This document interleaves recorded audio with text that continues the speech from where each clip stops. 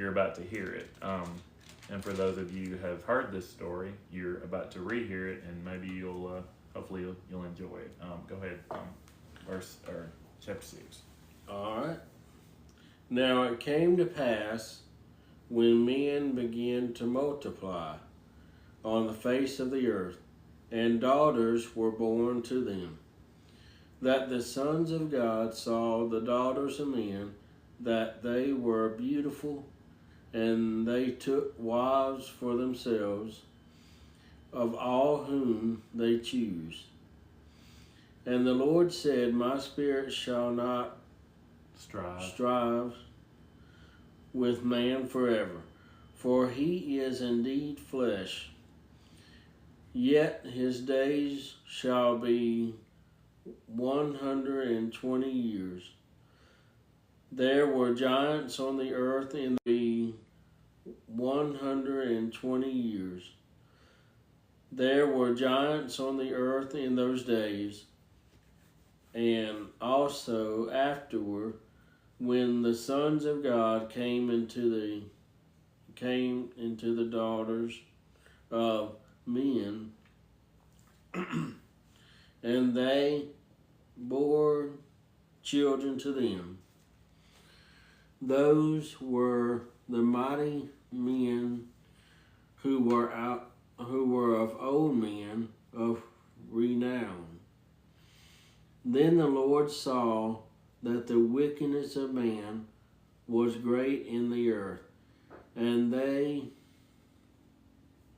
ever intent of the thoughts of his heart was only evil continually. And the Lord was sorry that he had made man on the earth, and he was grieved in his heart. So the Lord said, I will destroy men whom I have created from the face of the earth, both man and beast, creeping things and birds of the air. For I am sorry that I have made them. But Noah found grace in the eyes of the Lord. Okay, stop for a minute. So, God saw grace in the eyes of Noah.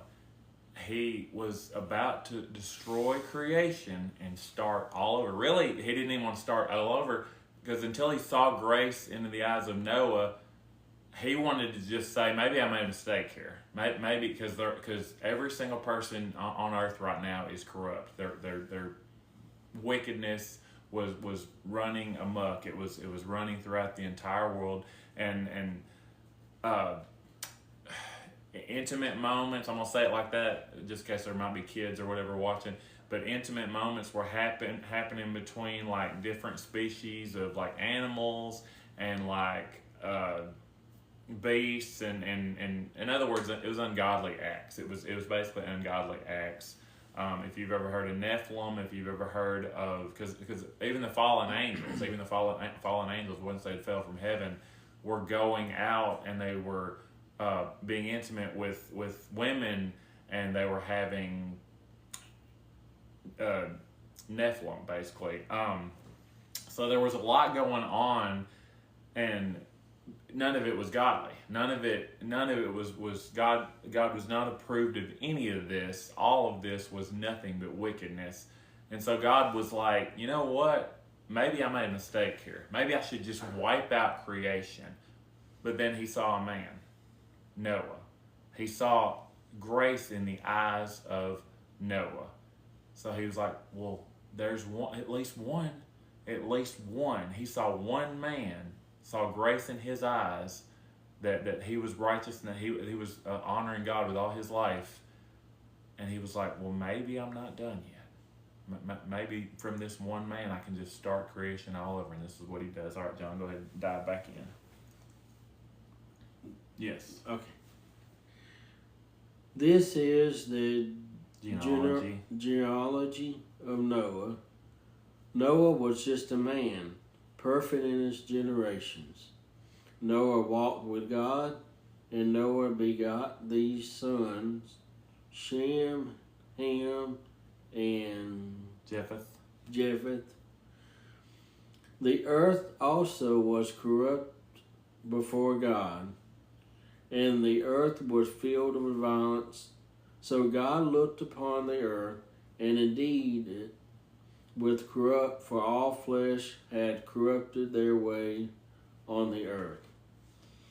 And God said to Noah, the end of all flesh has come before me, for the earth is filled with violence through them, and behold, I will destroy them with the earth. Make yourself an ark of gopher wood. Make rooms in the ark, and cover it inside and outside with pitch. Mm-hmm. And this is how you shall make it. The length of the ark shall be 300 cubits, its width 50 cubits, and its height 30 cubits. You shall make a window for the ark, and you shall finish it to a cubit from above, and set the door of the ark in its side.